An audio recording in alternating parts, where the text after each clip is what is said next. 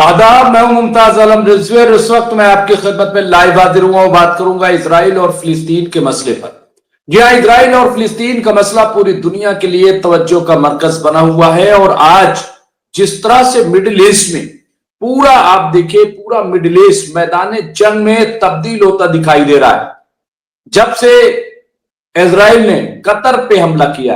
हालांकि इसराइल ये कहता हुआ नजर आ रहा है कि हमने कतर पे नहीं किया, बल्कि ये हमारा हमला हमास पर था।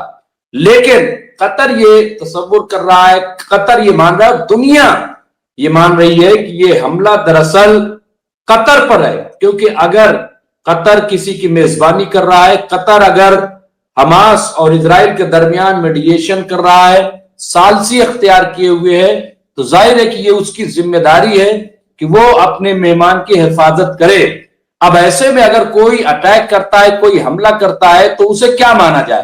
क्या ये माना जाए कि ये हमला हमास पे है, कतर पे नहीं है? फिर अवामी सतह पर वहां पे बड़ी नाराजगी दिखाई दे रही।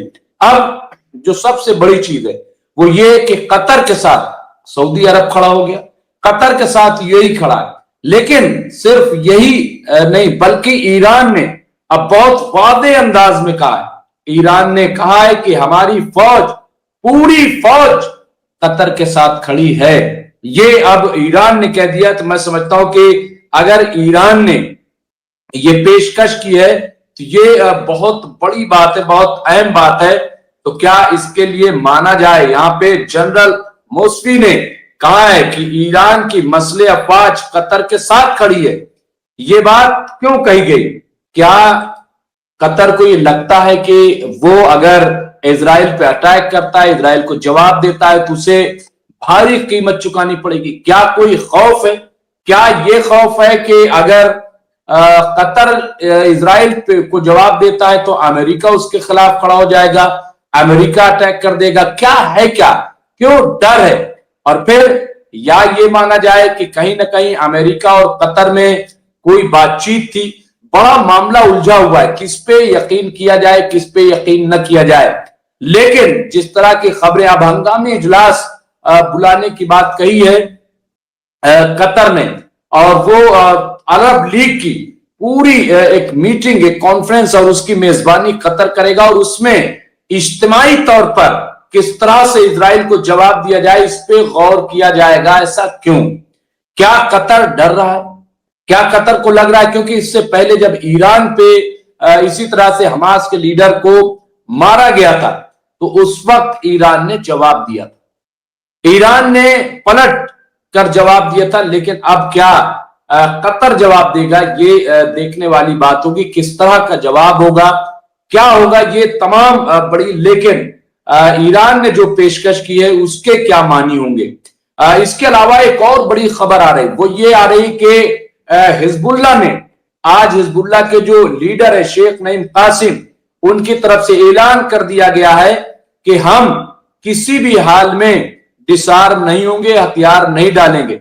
और यही नहीं, अब उन्होंने हवाला दिया है, उन्होंने कहा कि क्या आप देख नहीं रहे, ये जो कतर पे हमला है, ये कतर पे हमला नहीं, बल्कि ग्रेटर इजराइल के मंसूबे को अमली जामा पहनाना है। इजराइल ग्रेटर इजराइल की तरफ बढ़ रहा है और हमसे कहा जा रहा है कि हम हथियार डाल दें। हम हथियार नहीं डालेंगे। हम लेबनान की जो सरकार है उसकी बात को नहीं एक्सेप्ट कर सकते। तो एक बात देखिए, कल जिस तरह से हमारे ग्रुप कैप्टन उत्तम कुमार देवनाथ जी ने एक बात कही थी, और मैं समझता हूं बहुत इंपॉर्टेंट बात कही थी, और वो ये आपने फरमाई थी कि ये जो अटैक हुआ है इससे हमास मजबूत हो जाएगा। हमास इसलिए मजबूत हो जाएगा क्योंकि अब वो ये बात कहेगा, चीख चीख कर ये बात कहेगा कि हम तो बातचीत करने के लिए तैयार हैं, हम तो मुआहदा करने के लिए तैयार हैं, लेकिन इजराइल तैयार नहीं है। अब आप देखिए, सिर्फ हमास नहीं बल्कि उस बात को अब हिजबुल्लाह ने उठा लिया। हिजबुल्लाह कह रहा है कि आप क्या बात कर रहे हो, ये ग्रेटर इजराइल की तरफ इजराइल बढ़ रहा है, और ऐसे में आप हमसे ये कह रहे हो कि हथियार डाल दें। ये बात बड़ी इंपॉर्टेंट, बहुत अहम। तो ये आप देखिए, इसके अलावा कई कई ऐसी चीजें जो सामने आ रही हो, मैं समझता हूं कि बहुत ही इंपॉर्टेंट हैं, जिनकी तरफ हमें गौर करना पड़ेगा, जिनकी तरफ हमें देखना पड़ेगा। और वो ये है कि क्या मिडिल ईस्ट, जैसा कहा जा रहा है कि पूरे मैदान जंग में तब्दील हो जाएगा, फिर हूती अंसारुल्लाह हौती वो क्या कदम उठाएगा? क्या महज एक दो मिसाइल फायर करके वो रुक जाएगा, या रेड सी में जैसा कि इससे पहले जो फाइबर केबल को काटा, हालांकि अभी तक यमन की तरफ से, अंसारुल्लाह हौती की तरफ से ये नहीं दावा किया गया कि ये फाइबर केबल उन्होंने काटी है। ये दावा नहीं किया, तो फिर किसने काटी? कौन ये काम कर रहा है? किसकी ये हरकत है? ये भी गौरतलब है। एक और बहुत अहम, वो ये कि जॉर्डन से आज एक वॉर हेड आप कह लीजिए या वॉर प्लेन कह लीजिए, वो कहा जा रहा है कि यमन में लैंड किया है। तो उसके क्या मानी मतलब है, वो क्यों किया है, ये भी हम इस पे भी चर्चा करेंगे, इस पे भी बात करेंगे। तो बहुत सारी ऐसी चीजें, बहुत सारे ऐसे यहाँ पे मसले और तस्वीरें सामने आ रही हैं। यहाँ पे जैसा कि हमने कहा कि ईरान पूरी तरह से कह रहा है कि हम साथ खड़े हैं और डरने की जरूरत नहीं है। तो यहाँ पे आप देखिए कि C-130J हरकुलिस सैन्य परिवहन विमान तेल अवीव से साइप्रस के पाकोस के लिए उड़ान भरेगा। यहाँ पे ये बता दे रहे हैं कि फिर यहाँ पे हाल के दिनों में ये विमान सऊदी अरब और लेबनान में था, जबकि इजराइल दोहा और सीरिया पे हमला किया था। तो इस तरह के अभी कुल मिलाकर के जो हालात हैं वो अच्छे नहीं है। C-130H विमान यमन के हौती नियंत्रित सना में उतरा। इसके क्या मानी है, क्या इसके नतीजे निकाले जाएं?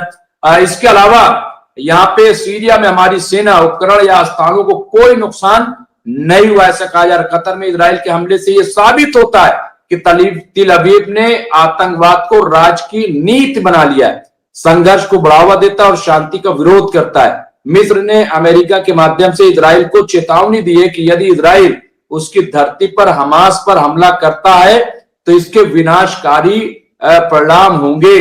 तो मिस्र भी अलर्ट हो गया। असल में मुझे ऐसा लग रहा है, और तुर्की जो है वही है, ऐसी रिपोर्ट जो दावा करती है कि इजराइल ने सीरिया में तुर्की सशस्त्र बलों की संपत्ति को निशाना बनाया है।